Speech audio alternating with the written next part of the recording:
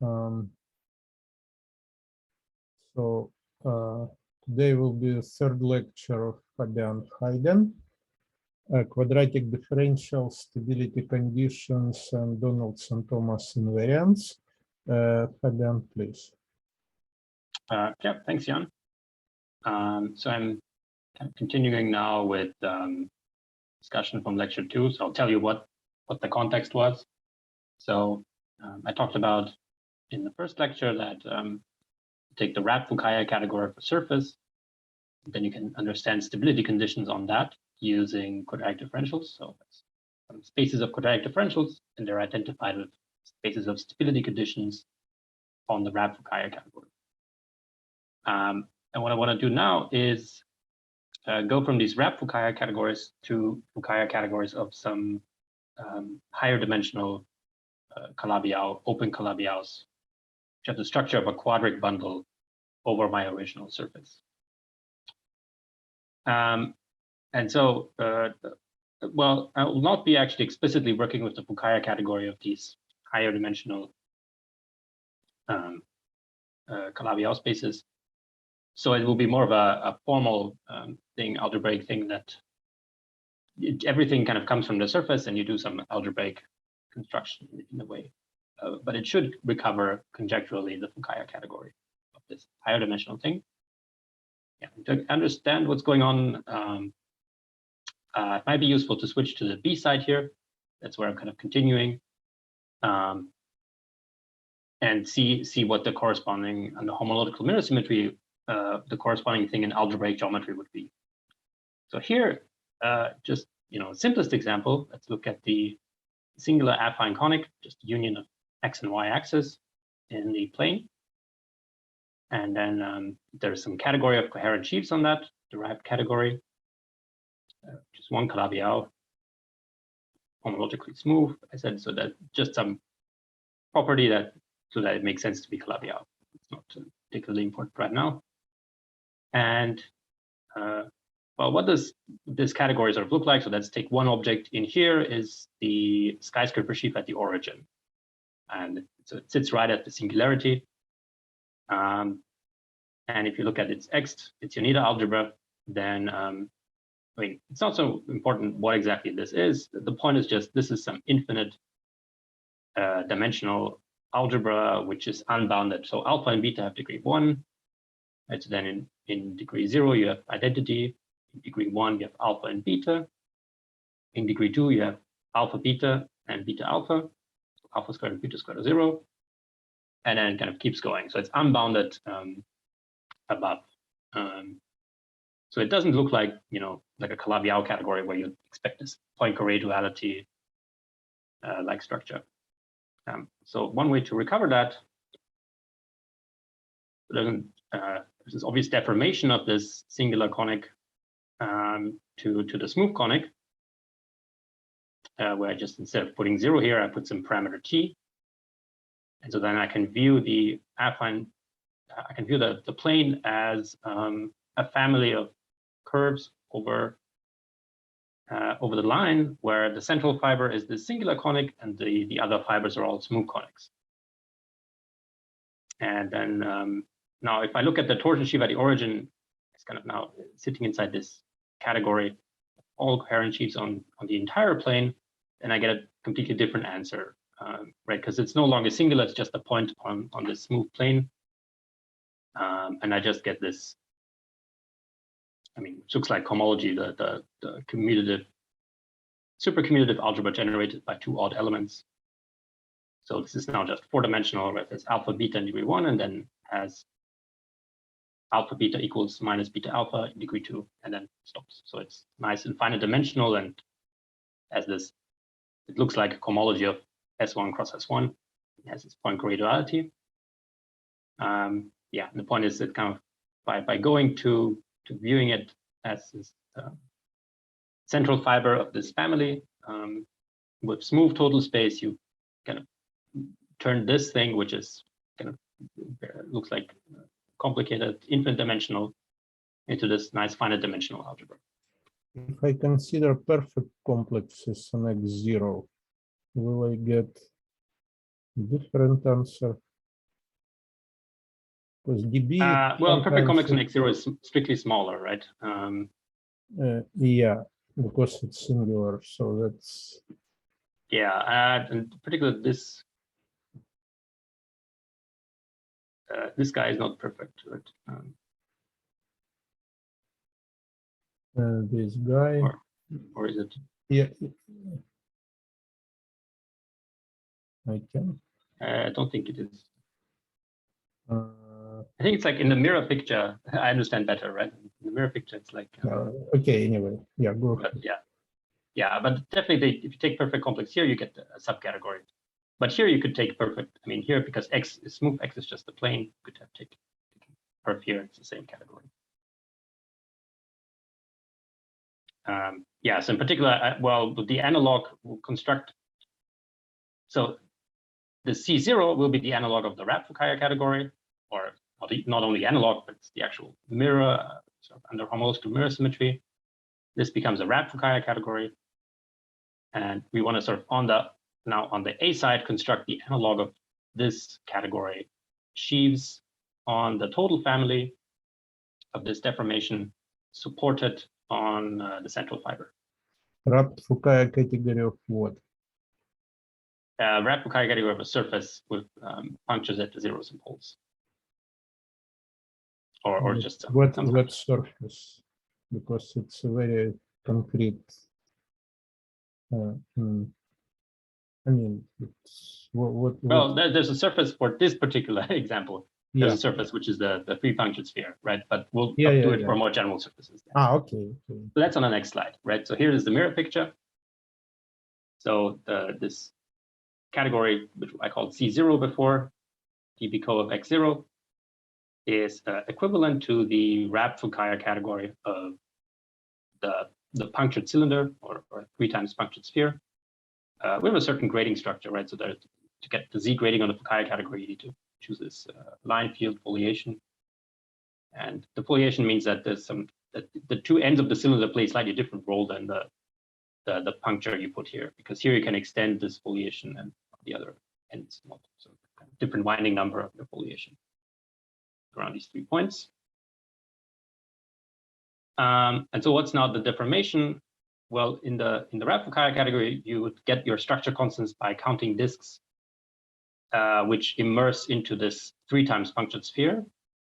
And now there's a deformation where you also count disks which immerse over this cylinder, so which are allowed to overlap, cover this puncture here. You kind of ignore the puncture now when you count disks, but you don't ignore it entirely. You count, depending on the number of times this immersed disks covers this point, you put a factor t to the k. So you remember this in that sense. This multiplicity of covering this additional point becomes the power of t in your structure constant. And so then you get a category over this polynomial ring. Ut is just variable in degree 0. Yeah, I also here drew the analog. So what the structure sheaf of this union of x and y axis of our singular affine conic corresponds to this Lagrangian here. And this object O0, which is the skyscraper sheaf at the origin, at the intersection of the two axes, corresponds to this guy. And here, if you know a bit about how to compute Fukaya categories of surfaces, then you can see this here, this description here in the Fukaya category picture quite easily. And now deforming means kind of removing that puncture, and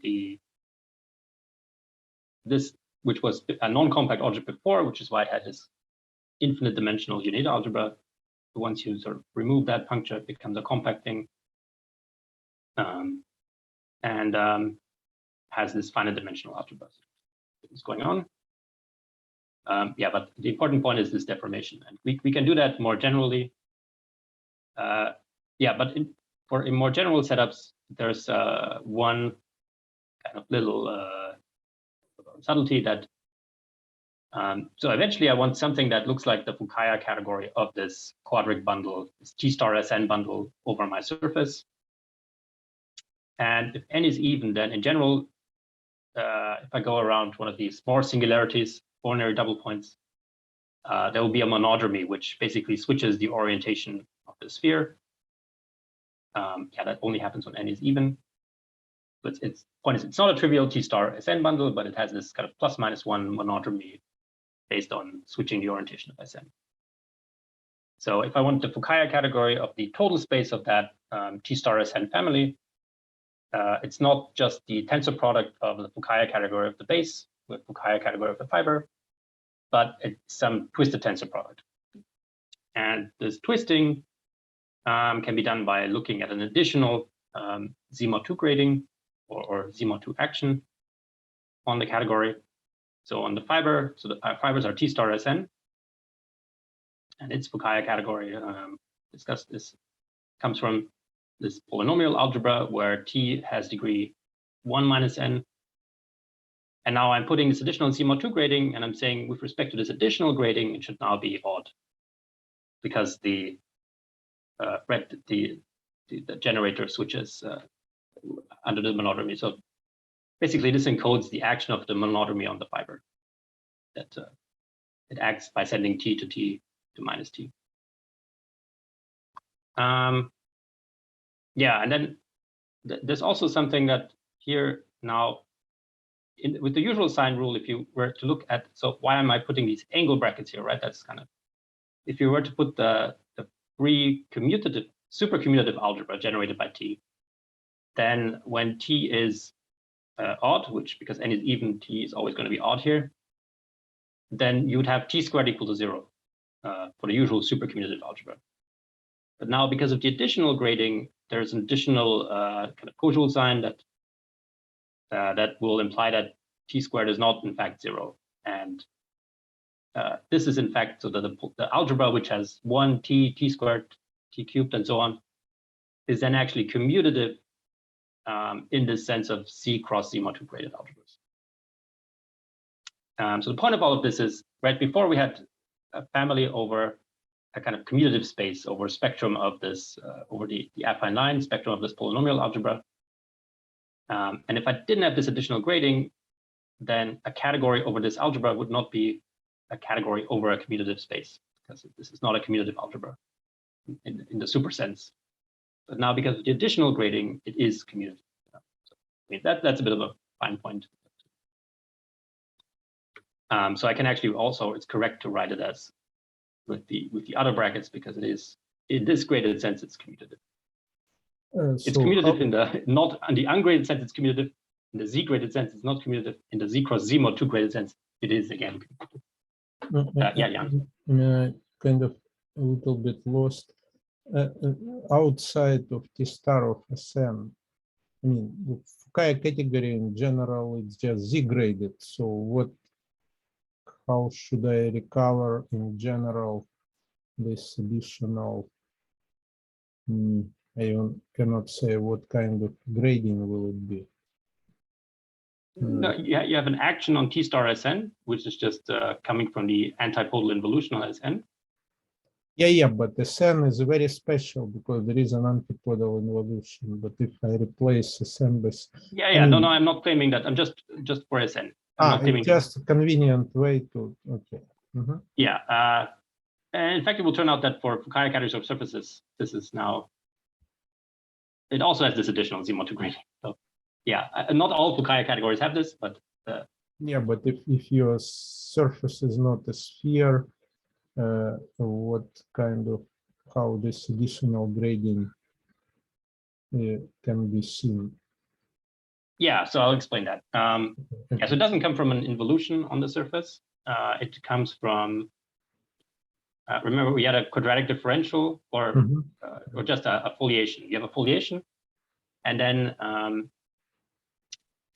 so a usual grading of a curve to get the kind of Z grading of the curve. You choose a homotopy between the tangent space to the curve and the foliation. So it's some way of interpolating at each point of the curve between its tangent space and this foliation.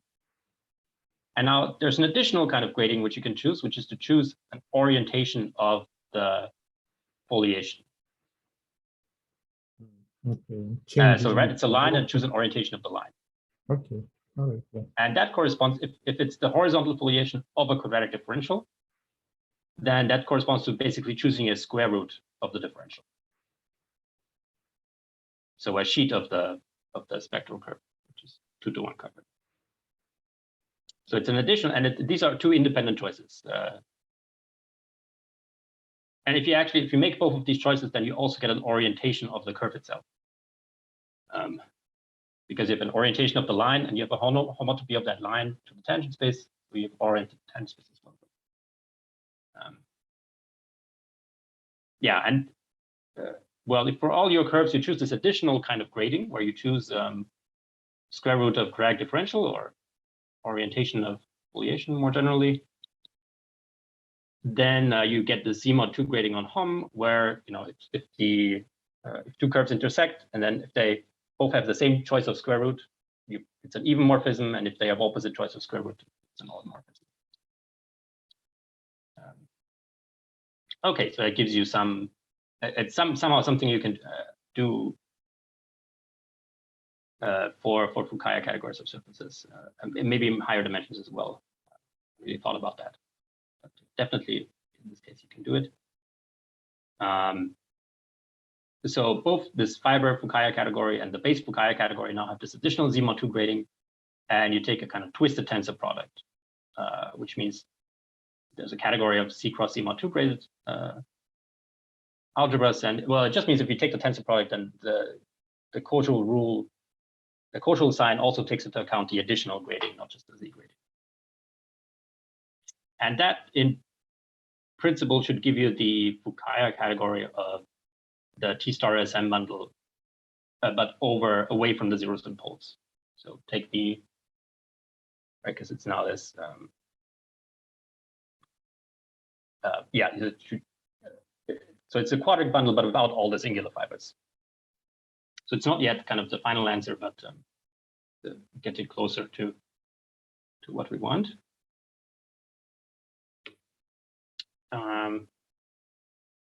Yeah, and now I can talk about the deformation in general. So yeah, the reason why I didn't need this yet in this example was because here, this was the case where T is even variable. So kind of only if there the fiber was S1 and 1 is odd. Yeah. So what do you do in general? So the setup here is you have some surface, some punctures, and a grading structure, meaning a foliation away from the punctures. So the kind of data that you need to put a grading on the Gaia category, the surface. Yeah, and now there's a condition of kind of what kind of Calabi-Yau category, what will be the, so you want to construct some Calabi-Yau category, and what will be the dimension of that category.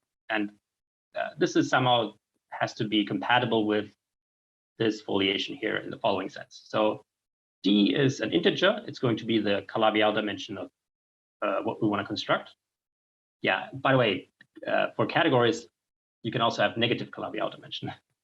And here you can sort of get examples of, which is something that's pretty unusual in geometry. You usually don't get.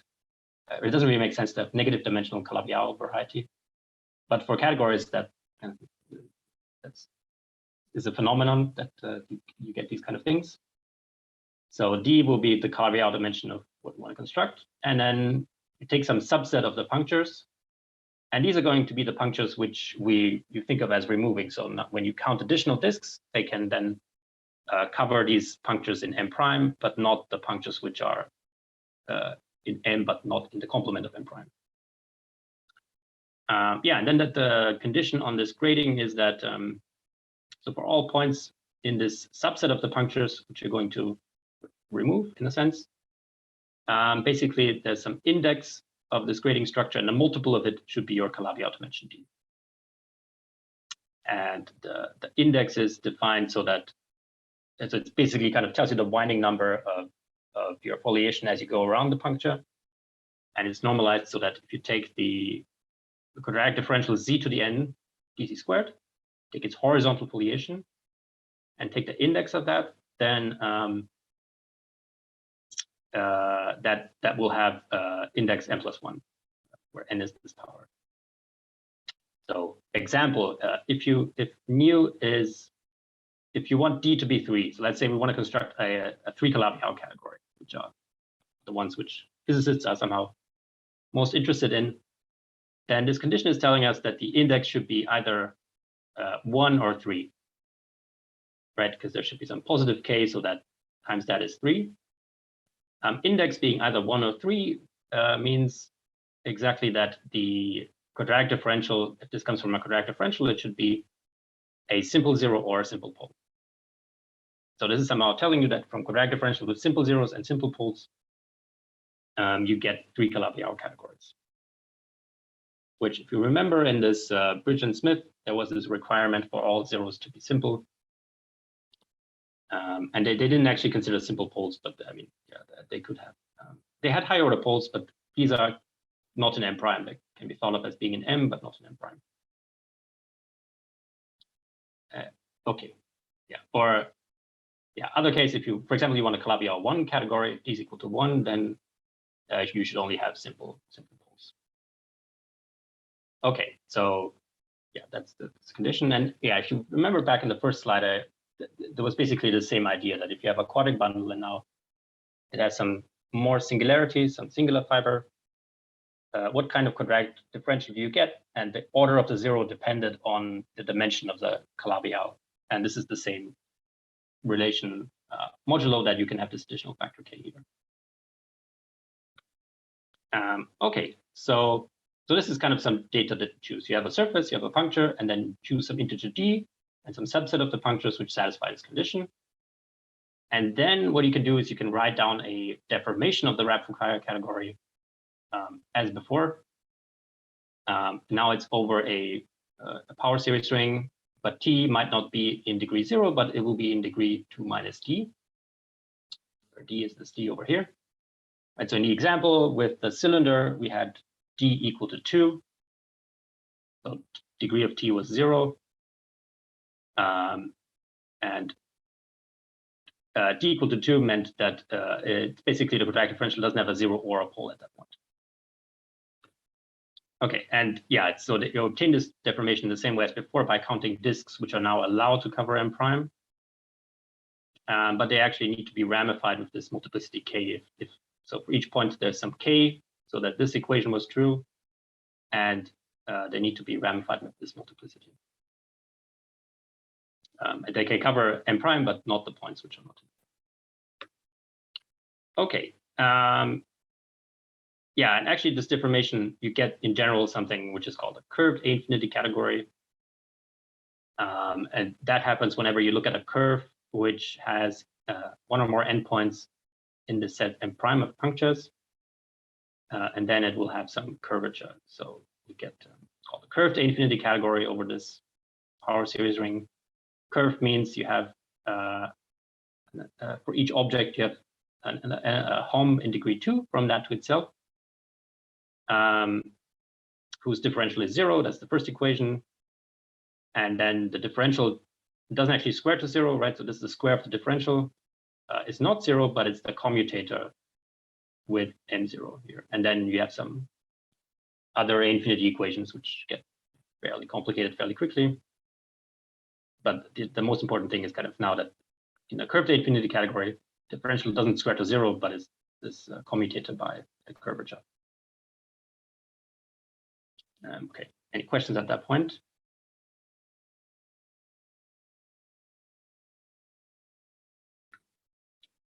Okay, so now kind of, I guess, general story. Whenever you have an infinity category over this power series ring, so you can think of it as a formal deformation of an infinity category. Good at curvature. Then you can look at the central fiber, and there's a base change functor, which is going from the total family, kind of restricting. You can think of it as restricting coherent sheaves from the total space to the central fiber, which is just so I would say maybe A0 is just defined. What does this mean here? This means A0 has the same objects as A, and Hom in A0 is Hom in A tensor with the base field over power series ring. And this has a right adjoint. Well, right adjoint in the sense that there's a functor which goes to modules over A. Where it's, I mean, depending on if this is triangulated or not, this might be different from A. But you have a functor G, which is sort of right adjoint of this. And you look at the, so this is something which takes a, you can think about it all geometrically, right? So think of a family of varieties. You have a sheaf on the central fiber, and you push it forward into the total space. And the image of this functor will be, by definition, the torsion modules. So it's kind of, right, what I said, it's like coherent sheaves supported on the, they live on the, in some sense, you consider them as sheaves on the total family, but they are supported on the central fiber. Yeah, and you need to take triangulated closure. The image might not be triangulated.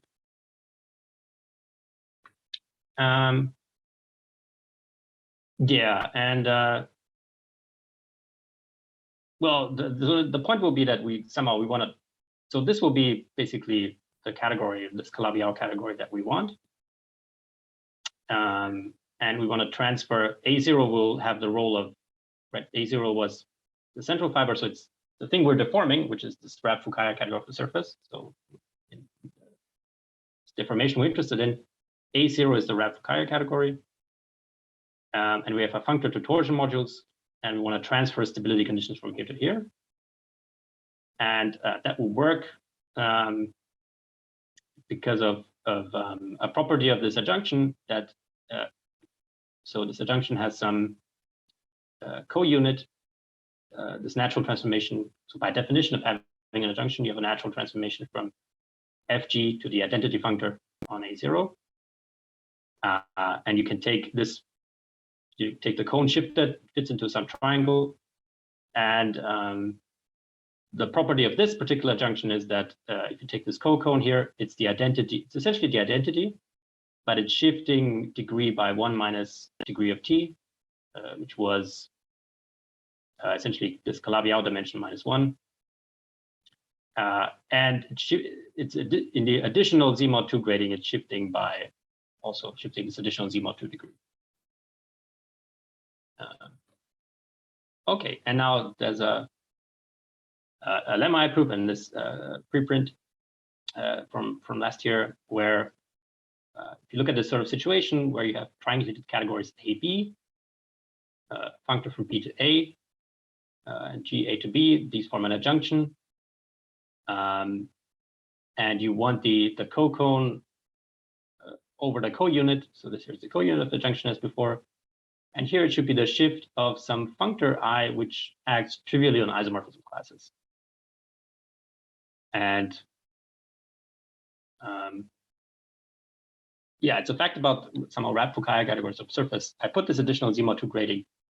It's some kind of action on the category, but it acts actually trivially on objects. It acts non-trivially on morphisms, but it acts trivially on isomorphism classes of objects, because changing the square root didn't really change the underlying object in the category. So we're in this sort of situation, and whenever you're in this situation, yeah, n also has to be bigger than or equal to 2. So that basically says that this Calabi-Yau category, which you're constructing, has dimension at least 3. So it could be 3, 4, and so on. There's still something you can do in like dimension 2, dimension 1, but it's a more complicated statement. I'll do this. In any case, the main case we're interested in is Calabi-Yau 3, so that for that this n will be equal to 2. Okay, so suppose you have this adjunction, and the co-cone over the co-unit is up to shift some functor which is identity on isomorphism class objects. Then the lemma says that they have the same Grothendieck group, and if you have any stability condition on A, then you get a stability condition on B by essentially pushing for, so you take any semi-stable object in here and you map it using the functor G. Those are by definition going to be your semi-stable objects in B, and they form a, the claim is they form a stability condition again. Fabian, yeah. I think in the slightly modified definition of stability, you axiomatized also the Chern class, this class map from K0 to the lattice. So here you assume that this lattice free abelian group is the same for A and B. Yeah. Yeah, I mean, because they have the same K0, I'm going to use. No. It has nothing to do with the same. It's additional piece of data. It's something like topological case theory. They can be different. I mean, your class map is a homomorphism from these K0s, which are the same, yet to something like integer homology, more or less speaking, or geometrically it can be not quite obvious. Because, yeah, you're right. Yeah, so I should here say that you choose the same gamma for both categories. Yeah, I understand that you do, but geometrically, if you work on the surface, your gamma will be some kind of first relative homology group or something like that with integer coefficients. And your three-dimensional Calabi-Yau, it's something different, a priori different. It will be some third homology group. Yeah. So yeah, I think it's a priori different, but we should prove. I think it turns out that it's the same. I mean, I didn't prove it's the same. But... Yeah, but yeah, I mean, it's a good point. I mean, I don't know if, but I guess gamma you might. It's minor like thing. Like it's minor thing, but still, no, it's a good point. Yeah, so I'm assuming you've chosen the same gamma for both, and in some situations, if you have some geometric reason for choosing a particular gamma, then here this assumes that you've sort of chosen the same one, even though there might be different geometry. Okay, in fact, you can also transfer so what's actually shown is that you can, if you have a T structure on A, you can just transfer that to B. So not just stability conditions. And moreover, so something actually much stronger is true, that you don't just can start with stability condition on A and get one on B, but this gives you some map from the space of stability conditions on A to the space of stability conditions on B. I mean, that's obvious, but this map is bi-horomorphic to its image, which is open and closed. So basically, once you throw away some components, possibly of this space, then this becomes an isomorphism of moduli spaces. So, I mean, every component in here corresponds to some component in here, and there might be some other components here which are which I don't know if this can actually happen, but a priori could happen. Okay, so well, that is not going to be applied to this situation. So that's what I do in this preprint from last year, where I applied to the case. Well, we applied this theorem to this deformation of the Fukaya category. So if you put that all together, what you get that is if the following result. So if you take a moduli space of quadratic differentials, the simple zeros and simple poles, so the case where we get a 3 Calabi-Yau category, and you construct this 3 Calabi-Yau category, and it's defined as torsion modules over this deformation of the Fukaya category. Then by these results, you get that a component of the space of stability conditions is identified with this M, kind of by concatenating with the earlier result that a component of the space of stability conditions of the Fukaya category is identified with these sorts of quadratic differentials. So the only really new thing is here that you go from the RAP category to this 3 Calabi-Yau category. And yeah, so this is kind of complementary to the this theorem of Bridgeland-Smith, in that they looked at the case when you have higher order poles, whereas here I look at the case when you don't have higher order poles. In fact, you could do the case of higher order poles basically also using the same strategy. But I mean, I just didn't write it that way. But the point is that these sort of categories which I'm constructing here, they definitely don't come from a quiver with potential. So sort of the same, because I talked about this Bridgeland-Smith result last time. The other strategy was to do some ideal triangulation of the surface that gives you a equivalent potential, and then you can define your 3 Calabi-Yau category as the one given by, any equivalent potential gives you a 3 Calabi-Yau category. So the surface gives you certain quivers, and then therefore you get a 3 Calabi-Yau category. But here, I want to stress that these are not, don't come from equivalent potential. They're constructed in this strange way where I take a RAD category, deform it, and look at torsion modules. And actually this has a generalization, as I kind of said, already alluded to. You can consider not just 3 Calabi-Yau, but higher Calabi-Yau, and get also corresponding results. But yeah, it will be different types of quadratic differentials. So for example, if I want Calabi-Yau 4, then this order needs to divide 4, so I can have simple poles, and I can have double zeros basically.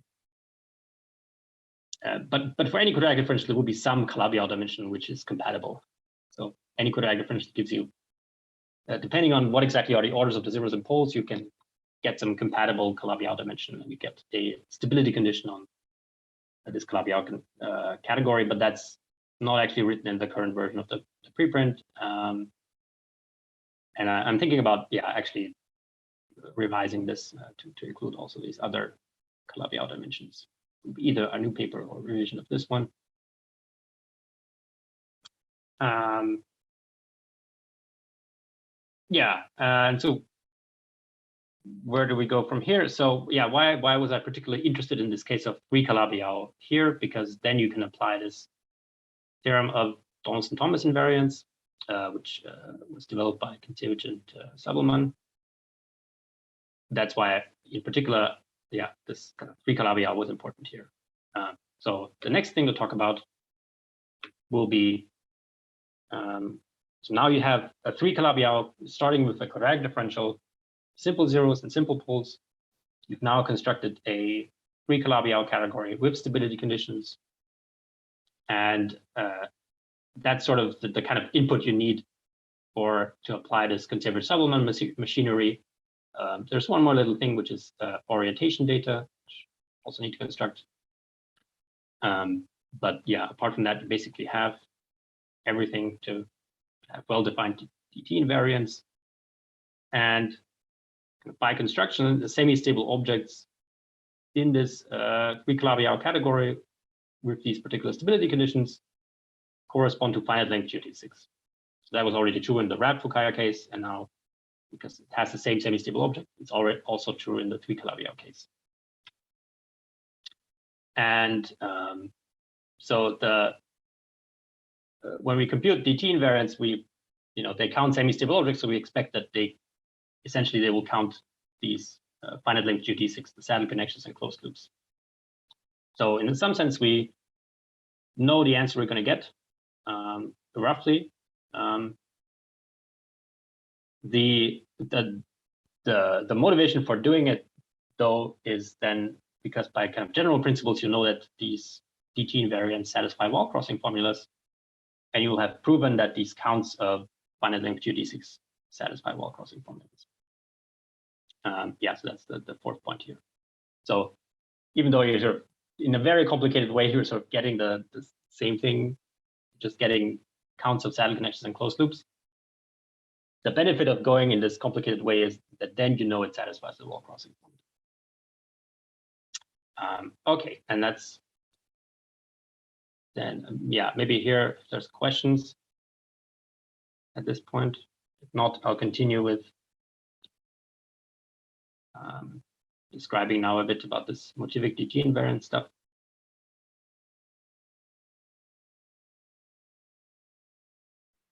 So basically, you propose kind of a new way to construct, for example, 3 Calabi-Yau categories by deformation, by deforming the Fukaya categories. So that's kind of differs from what I Okay, Maxim had that idea, which of course you know well and used, about the collapse, which works in the opposite direction. Yeah, you start with the total space, the Fukaya of the total space of the quadratic bundle, then you kind of degenerate the fiber. There is a projection to your curve, geometric origin, and you kind of make sense of the collapsing the fiber, yeah, which you can do different ways, for example, like using non-Archimedean geometry. So, is it true that your construction sort of opposite to this collapse, that you start with target, with the image of this map from 3 to complex dimension 3 to complex dimension 1. So cannot be made. I'm not sure I understood the question. No, I mean, so I understand that your way to construct 3 Calabi-Yau categories is this. You start with wrapped Fukaya for the Riemann surface, and with quadratic differentials. Then you consider deformations, and deformations are given by allowing some pseudo-holomorphic disks to be mapped to touch whatever this remote. Yeah. Okay. So this is a deformation of your wrapped Fukaya. And then in the end, you can prove that you get a 3 Calabi-Yau category, and then you compare stabilities on these two things. On your wrapped Fukaya. Okay. Now, if you start, if you kind of start with 3 Calabi-Yau, which is Fukaya of the quadratic, because I believe that in the end you want to be your 3 Calabi-Yau to be a subcategory of the Fukaya of some geometric 3 Calabi-Yau. Yeah, so I would conjecture that's true, but I don't know. Yeah, all right. So then there is an opposite procedure, like collapse. From so you're asking how, if I were to know this 3 Calabi-Yau category, could I get the wrapped Fukaya category of the surface? Yeah. In some algebraic way. Yep. Yeah, that's a good question. Okay. I mean, you'd have to, yeah, but it will be something like saying it's like some category theoretical analog of being a quadratic bundle, right? I mean, well, it's not necessarily a quadratic bundle because this collapse something more is quite general. Yeah. Okay. Oh, okay. Let's say that it's a good question, and then you can go to your next bunch of slides. Yeah. Okay. Yeah. Okay. Any more questions about this part, or should I continue?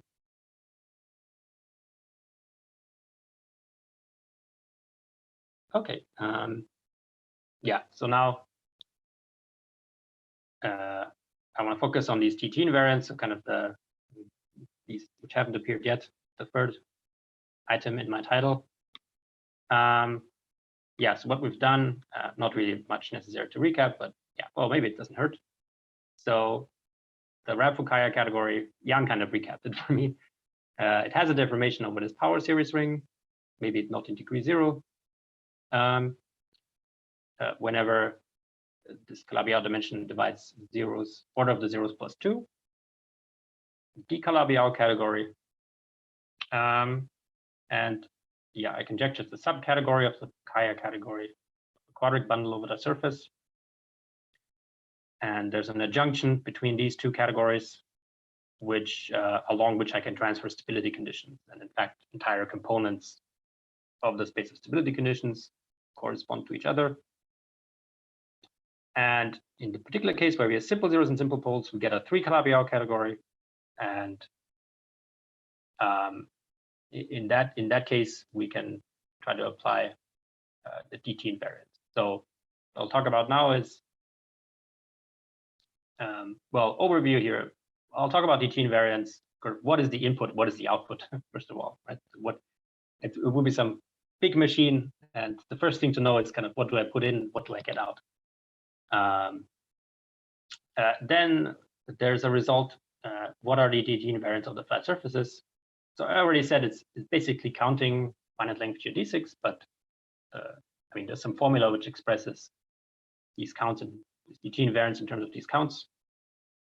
And then I'll talk about some sort of background for the definition of motivic DT invariants due to Kontsevich-Soibelman, and give kind of a brief sketch of how you compute that.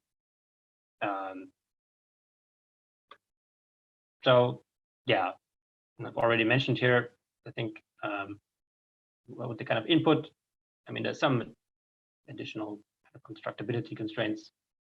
But yeah, basically what you have is you have a three-dimensional Calabi-Yau infinity category to be proper.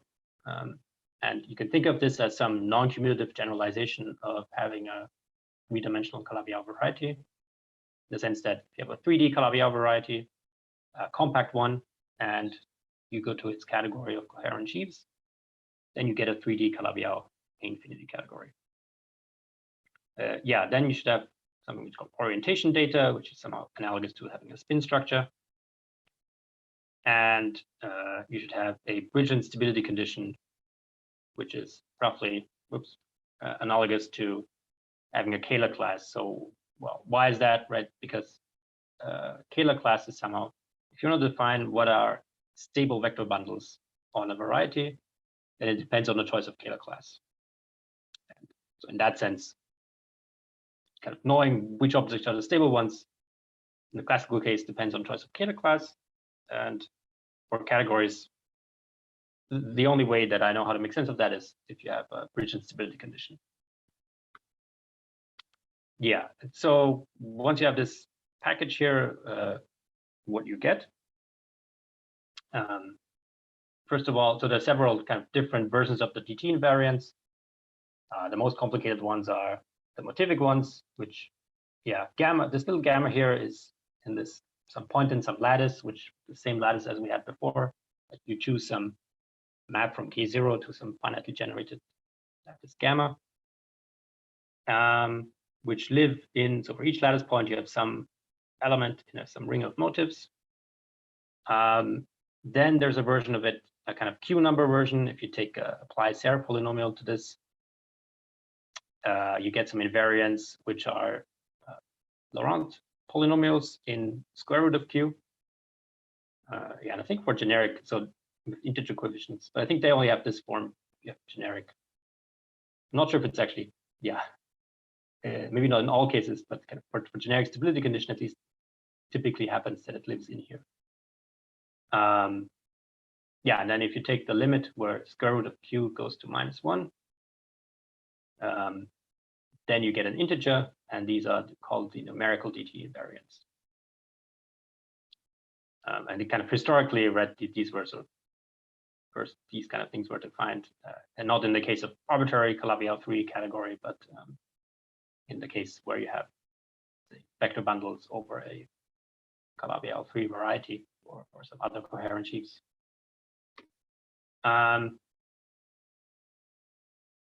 Right, so it's not clear at all now how to get this from this. I'll talk more about that later, but at least now I can make sense, like assuming taking this black box for granted for now, I can state this result about surfaces.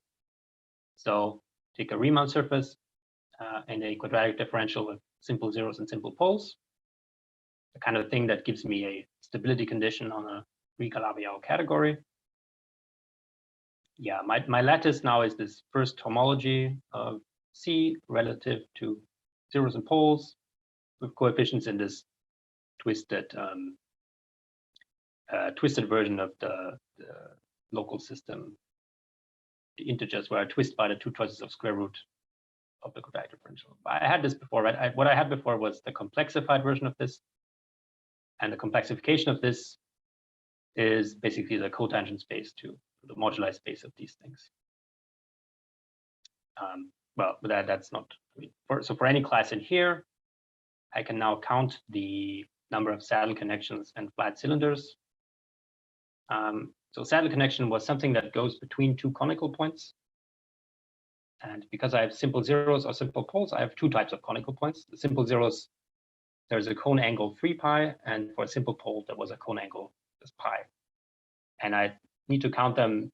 I need to sort of distinguish between the various types of saddle connections. So ones which go from a 0 to a 0, 0 to a pole, and a pole to a pole. And then there's also some number of flat cylinders.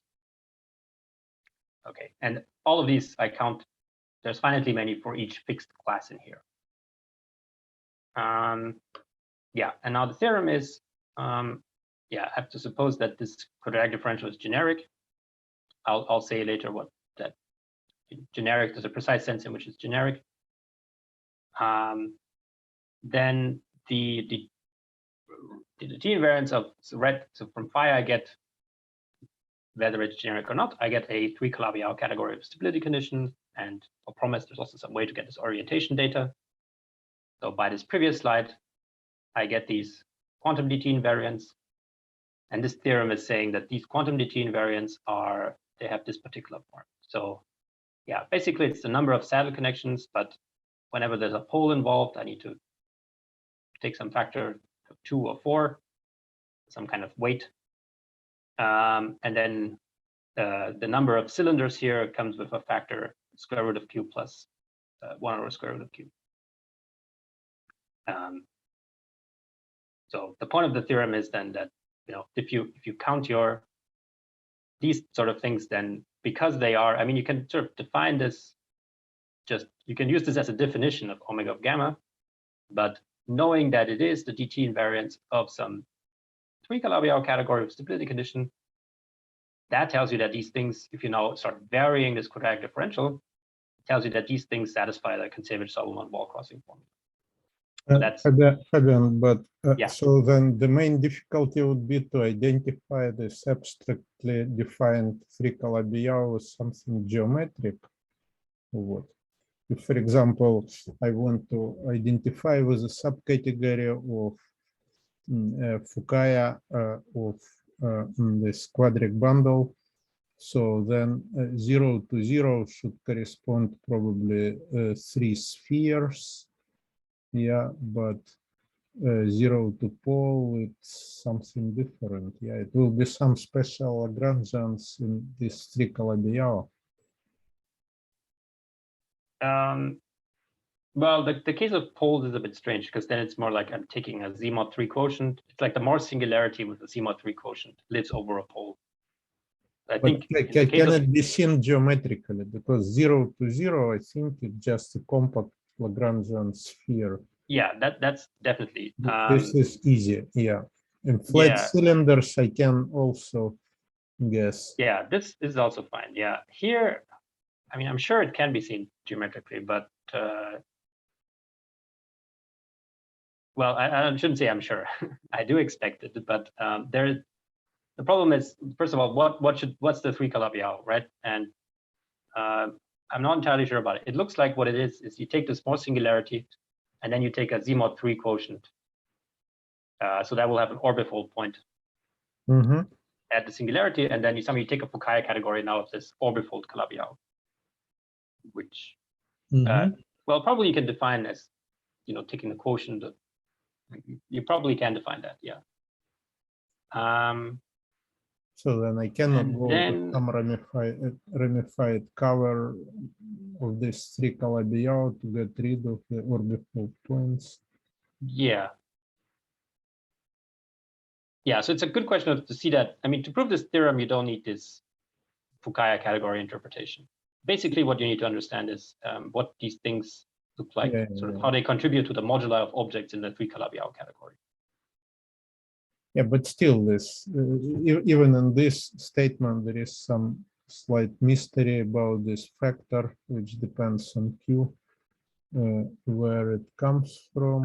Well, you can explain it in terms of flat surfaces also, because you can view the pole as a degenerate limit of a simple zero approaching a double pole, and there you can sort of see that there's two saddle connections which then become one in the limit. So somehow from the flat geometry and some deformation argument, you can actually see these factors of 2 and 4. Yeah. But I agree, it should be also, I mean, this goes back to this previous statement that the category I'm constructing should be some Fukaya category.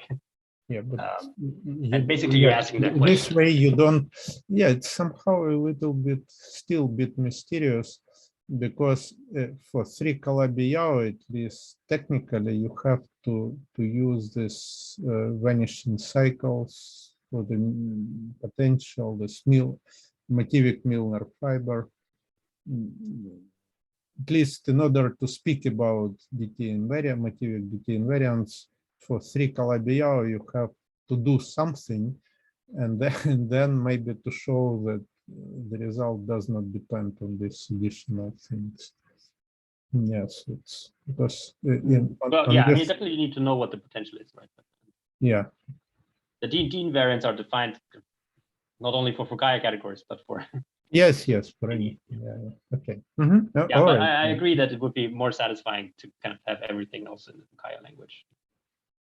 Understand it that way. But I would say it's well defined at this point. I mean, I do need to find some potential and take its Milnor fiber and all that. But as long as I have a 3 Calabi-Yau category, it doesn't really matter where it's coming from. Okay. Yeah. Actually, I'm already 1 hour. Yeah, but maybe it makes sense. You can go. You go on a bit. You can go over the time a little bit more than normally, because it's a normal MC. I mean, it's not a normal M seminar time, but it's a normal M seminar day. Yes. Okay. I mean, now it's kind of starting a long story about what are these DT invariants. Now it's actually has less to do with surfaces, but I want to explain kind of about this theory, which here was a black box, and kind of how you get from here to here a bit, which is the only remaining thing. And then I'll talk about how to compute it in the particular case, which is needed for this theorem, which are the particular 3 Calabi-Yau categories you have. Well, yeah, maybe up to you what to do. So. Yeah, I think it actually makes sense kind of just stop at this point, because I'll just start, the story about how to define DT invariants, and I'll need to then stop at some point. So then what? So, I mean, but you're saying next time would be, it's less ideal to go over time tomorrow. I'm just trying to decide if I can tell the full story. Then okay, so you do not hour. Want to start with general DT invariant story today. You want to start to do it tomorrow. Do I understand correctly? I think it makes more sense. Yeah. All right. Yeah. Well, yeah. Since it's already 1 hour. Yeah. Okay. You're the speaker. Fine. Okay. Other any questions?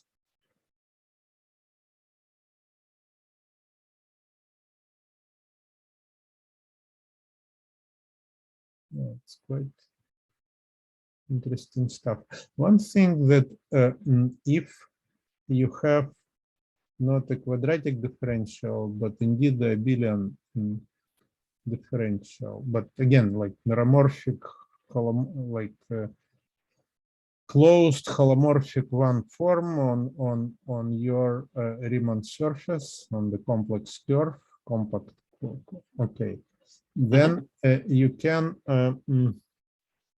Well, you can do actually. You can ask the same questions. Yeah, like all the same questions with central charge will be just the integral of this holomorphic one form over the same relative homology classes, but it's interesting. You can. If I have a one form, I can just square it. I get a quadratic. Yes. You can repeat. Yeah, I understand.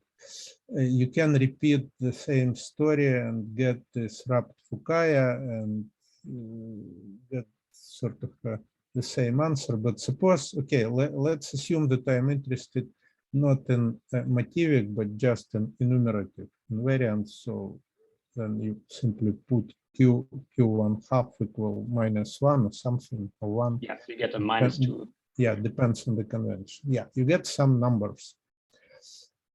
But if you have an abelian differential, so the difference is that it's sort of a holomorphic, this holomorphicity, anyway, it can be used to construct stability data on certain graded Lie algebra. On the graded Lie algebra,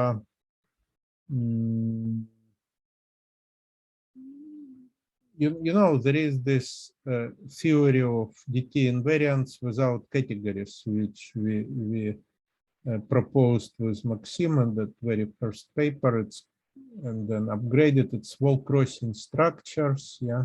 Mm-hmm.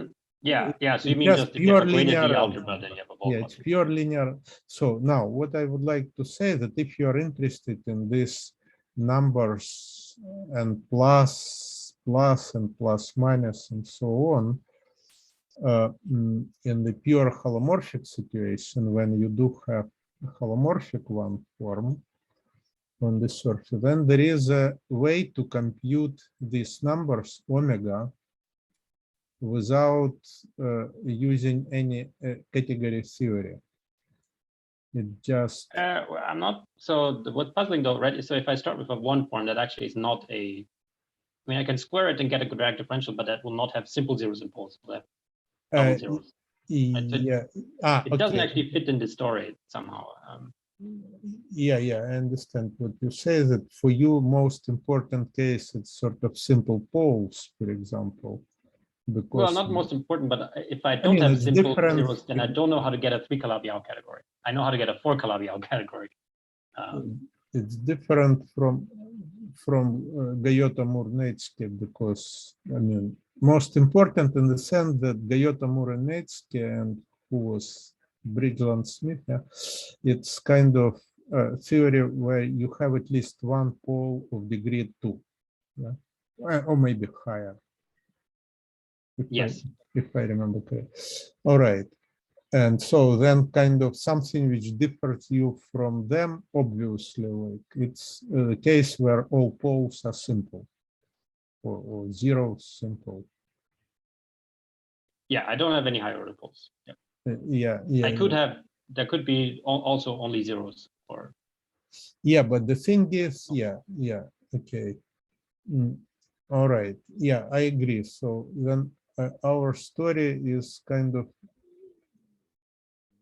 perpendicular. I mean, it's a part of your story in the sense that you can consider poles and zeros of arbitrary order. Yeah, but nevertheless, what I'm saying that maybe it's a remark that in the pure holomorphic case, there is something which allows you to compute these enumerative invariants without doing the category theory, without the knowledge of stability, without counting of semi-stable objects, just by kind of pure algebra and maybe a little bit of complex variables. So that's. But Maxim said it's sort of a different Lie algebra somehow. It's encoding the same information, which are these counts of saddle connections, but it looks like it's not this Lie algebra from the quantum torus, right? Oh no, not at all. It's rather, I would say, matrix algebras with coefficients. I mean, it looks like a matrix algebra with coefficients in, I don't know, like Laurent series or something like that. Mm-hmm. It's like loop algebra. No, it's not. It's not. It's different, and the wall crossing formulas are different. They are not this what physicists would call 4D or Kontsevich-Soibelman wall crossing formulas, but they are rather 2D, Chakotay-Vafa, this kind of type. So then it's interesting because it's the same, in the end, it's the same omegas, which is a subset of your story. Yeah, but sort of a different approach. I mean, it's a bit hard to compare directly though, right? Because I said if you start with an abelian differential and you square it, then you don't have this simple poles and simple zeros. Yeah, it's hard to compare. So maybe there's some extension of this story where I do have higher order zeros, and then that would also encompass somehow. But the wall crossing formula which you have, there are 4D wall crossing formulas. Yeah, you have with quantum torus. Okay, yeah. Okay. Actually, actually, how do you prove the wall crossing formula in this? For a full model? It follows from some more general statement. Like the idea is like this. Wall crossing formulas, they are corollary of factorization formulas. Yeah, so then to every sector, like less 180 degrees on the plane, you should be able to assign an element of some group.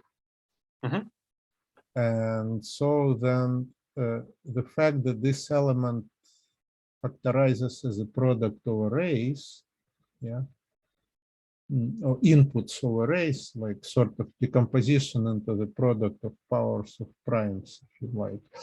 Yeah, this fact is equivalent to the wall crossing formula. Now, the problem is how to assign something to a sector or to array. And because of the holomorphicity of the situation, it resembles the story like with symbols in Landau-Ginzburg models. Because in Landau-Ginzburg, your potential is holomorphic. Yeah. And then you have this notion of a symbol which you can shoot from any critical point. And kind of roughly speaking, very roughly speaking, these symbols are kind of stable Lagrangians, morally. Now, if you are on the surface, you can do a similar thing. Suppose you have a holomorphic closed one form with simple poles, but holomorphic one, okay. You can, or maybe beta zeros. Let's forget about poles with zeros. It's easier because then zeros of the holomorphic one form, they are of course analogs of critical points of the function of the holomorphic function.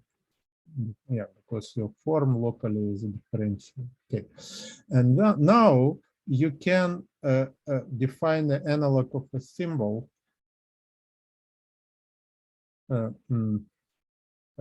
Well, from the point of view of quadratic differentials, it's clear that you shoot some kind of gradient line out of your zero, this kind of thing. But the dynamics of this trajectory, it's much more complicated than in the case of Landau-Ginzburg model, because it can kind of wind go all the way. But the thing is that it's possible to make sense of the input of this very strange and chaotic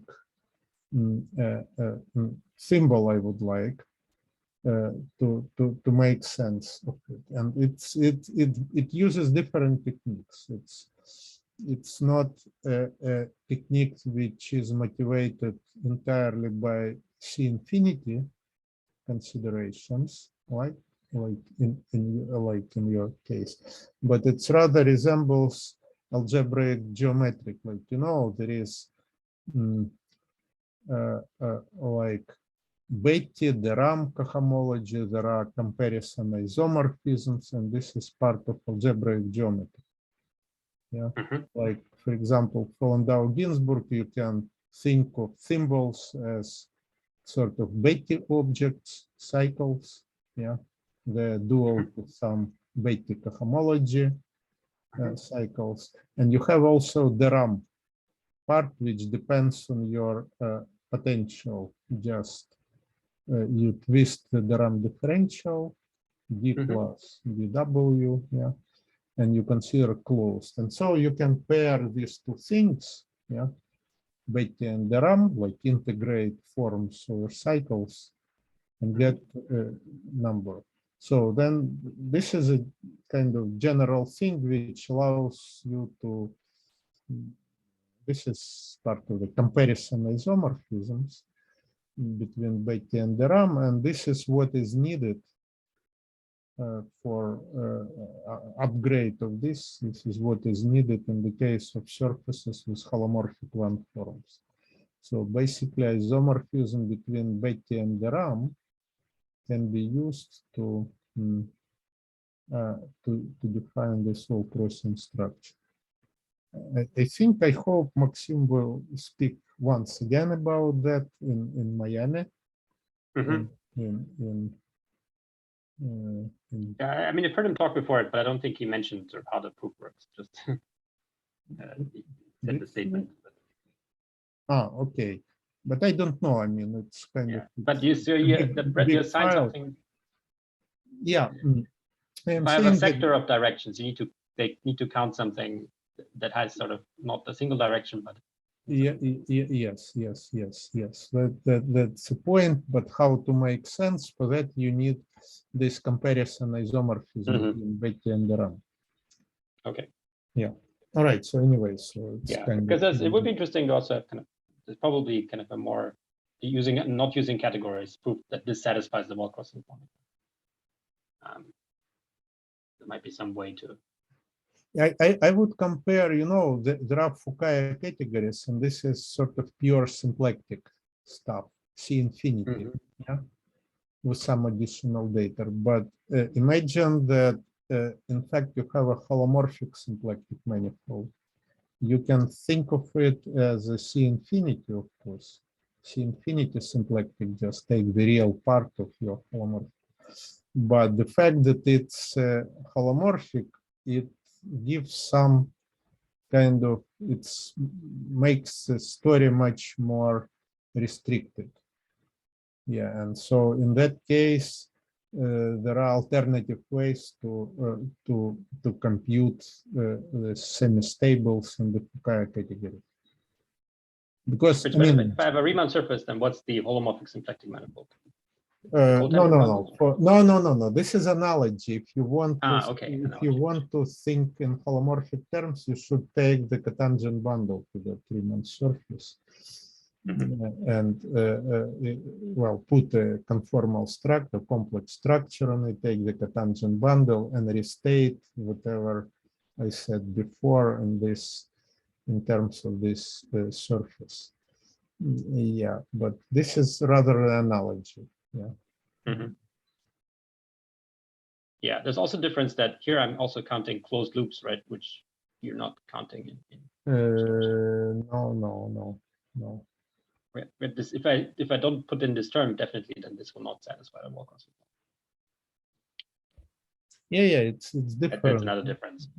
Yes, but it's kind of, yeah, the holomorphic situation, you know, like if you study holomorphic function, take the holomorphic function, the Morse theory is completely different. It's trivial in a sense, because all critical points have the same Morse index. Yeah. There are no gradient lines. Morse complex is trivial, but if you consider it in one-parameter families, deform, multiply your function by a parameter, then sometimes gradient lines can appear. And so then instead of the Morse differential, you have the wall crossing formulas. That's a holomorphic story. And though when you see that, roughly speaking, the analogy between the case of abelian differentials and quadratic differentials, it's like this, like between holomorphic Morse function and the C infinity and the real Morse function. Okay. Yeah. Okay, so anyway, more questions? Well, if not, let's thank Fabian, and tomorrow he will give his last lecture at the same time, 1:30.